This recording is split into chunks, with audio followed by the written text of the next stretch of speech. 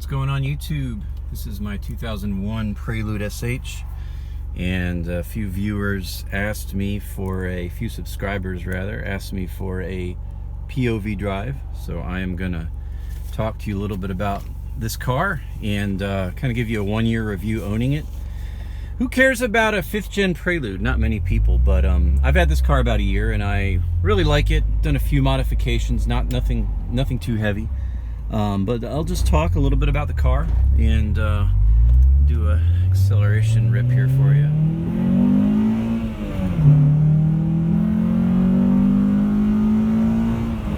So 0 to 60 on this car is supposed to be around 7 seconds on the SH. It's a little heavier than the regular Prelude.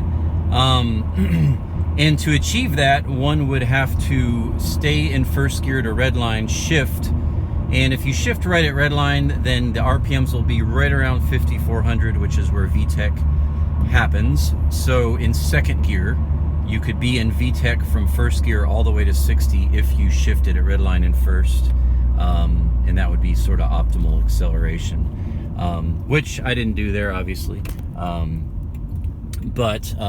Yeah, but it pulls well. You know, it's not super quick, not slow, not a lot of torque. Actually, you know, this car is comparable, I think, in a lot of ways to a BRZ, a Toyota 86. I drove one of those. My buddy has one, and 6-speed, of course. And I was really surprised at how much like this car that car was. They actually have nearly identical horsepower and torque numbers, around 200 horses and I think 150 something foot-pounds of torque. So neither car feels particularly fast, but they are, you know, they're quick cars in the sense of they've got you know, decent horsepower to weight ratio.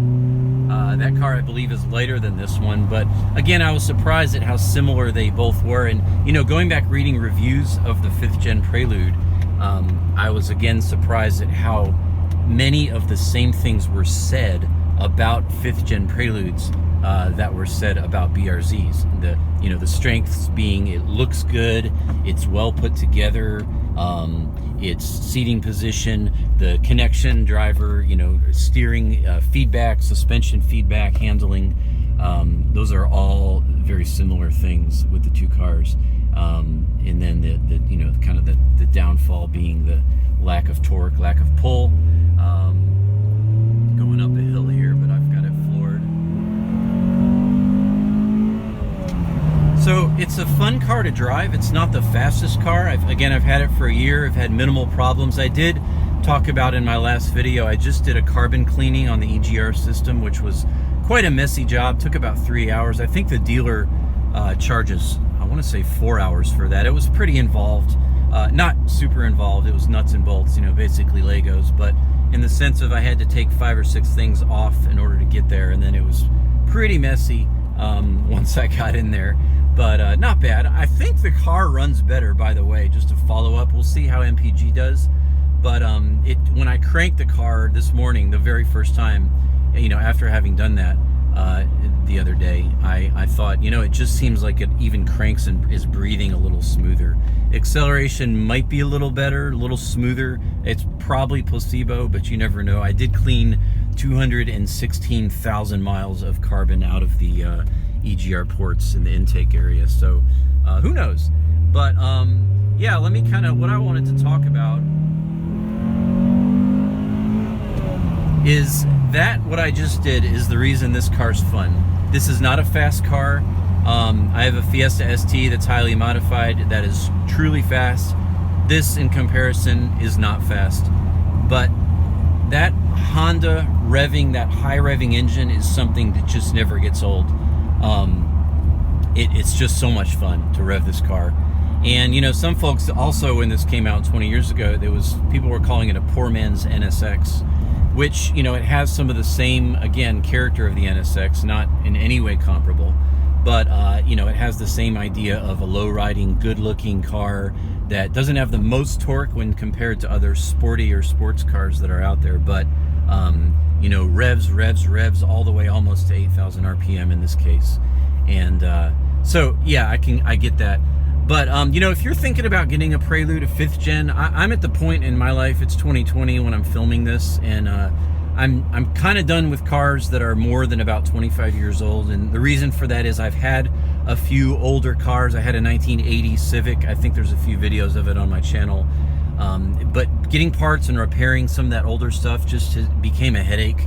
So I'm tending to stay with stuff that's about 20 years old, because you can still find parts. You can still even find mods for a car like this. There's not a big aftermarket, but there is a little bit.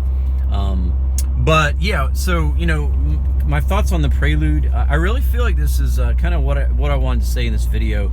I feel like this is really one of the last great Hondas, and I would even say one of the last great cars. And let me explain what I mean by that. Being a car person, I've driven a lot of cars, and I've watched how the car industry has changed in the last 30 years or so that I've been driving. And about 20 years ago is when it seems to me that things really became automated. You had all the nannies, you had all the, the traction controls and the blind spot monitoring, and those are all good things. They save lives. I absolutely agree with that. But that's when the kind of ideas of safety and just the car driving itself more began to take over. And so that was the time when people like me, and maybe you if you're watching this and care about Preludes, the joy of driving, the interface with the car, being able to push the accelerator pedal, and a cable actually being attached to the throttle rather than it being electronic. There really is a difference in feel. And so about 20 years ago is when things started getting soft, and this is one of those last cars from that generation of cars where you were in control, where you had sound, like actual engine sound, versus sound being pumped in through the speakers, which even new sports cars do that, which is kind of sad. You were able to get a manual transmission. The cars weren't overly refined. Even things like, you actually have gauges in this car, which is amazing. I bought a new Mazda a few months ago, and I didn't buy it for, it's a nice car, it's a CX-9, it's a turbocharged driver's SUV, if there is such a thing. But even that does not have a real needle. 20 years ago, cars had needles, they had cables, they had real sound. They let you feel the road. And those days are quickly coming to an end. So I think the 20-year-old Hondas, the Civics, the Preludes, the NSX, the S2000, these are kind of the last of a breed of cars where you really had a sense of, I'm with the car. The car doesn't do everything for me. It lets me make decisions. I have an emotional attachment to it. I feel connected. There's something special about this car, and that's how I feel when I get in this car. I got a buddy that has an Audi S3. It's amazing. It's all-wheel drive. It goes 0 to 60 in like 4.3 seconds, and you feel it when you get in the car, but you don't feel it. You're at 60 or 70 miles per hour immediately, but you don't really feel like anything happened because everything is so isolated, and in the cab you are so insulated. You don't really feel like there's a whole lot happening. And that's why, a car like this that cost me $2,900 to me is more fun than a $40,000, $50,000, $60,000 car in some ways. Now, again, I'm not saying in any way it's better, but there's just, and this is my pitch for getting an old Honda, there's just something fun about being in control. Again, cables, real needles. Part of it's nostalgia. I'm 47, so those things are important to me. But I just think this is a car from an era that's gone by, that's people don't know about anymore. They don't know, anyone under about 25 for the most part, they don't understand the things that I'm talking about. And the days of people just enjoying their car in that way are kind of coming to an end. Cars are becoming appliances. And so, me getting this car, it was wanting a second car, going uphill again, but still you get a sense of the acceleration. Again, I'm not winding it out or redlining it, but it's quick enough. So that's really my pitch if you're looking at an old Honda, if you're looking at a Prelude 5th gen especially. And kind of the last thing I'll say is I actually was looking at Civic SI 6th gen, which is 99 and 2000, and these. when I was buying, and I was looking to spend between $3,000 and $5,000. This cost me $2,900. I've probably put $700 or $800 into it. It's running perfectly. Got the oil leaks addressed. Got a new windshield, and you can look at my old videos. But anyway, back to the Civic. A comparison, if you would. If I could have one car, I'd take a Civic SI. But the reality is, I found several. I drove one, and most of them are beat. If you find one in good shape, you're going to pay $5,000, $6,000, $7,000, $8,000, or a lot more, depending on the you know, condition and miles. But I will say, and I own a '98 Civic LX. I actually have one of those too, so I can get a direct comparison of a 6th gen Civic. But even after driving the Civic Si, this has substantially more torque. No, it's not the unicorn, and again, if I could have one car, I would have taken that. If I could have found a nice one, I would have bought it. But, you know, I drove one, and it was amazing, but it was a Civic. And then when I got in the Prelude and I drove 2 or 3 of these, it's just such a nicer car.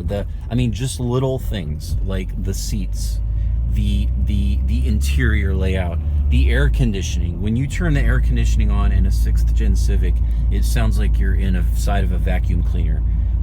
When you turn the air on in this car, everything's just premium feeling. It's quieter.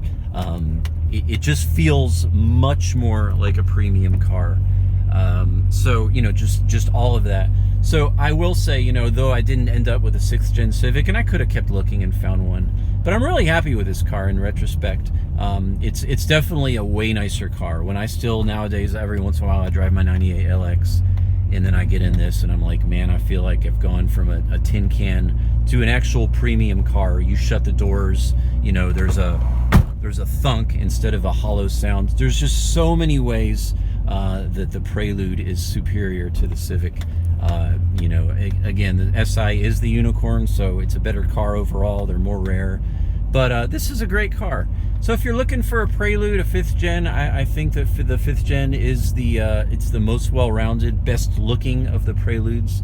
You know, I think I'm probably going to keep this car for years to come. Hey, I hope this video was enjoyable. Hope the POV was fun to watch. And if you have any other ideas or things you'd like to see, let me know and I'll shoot them. And drive safe. God bless you. Have a great day.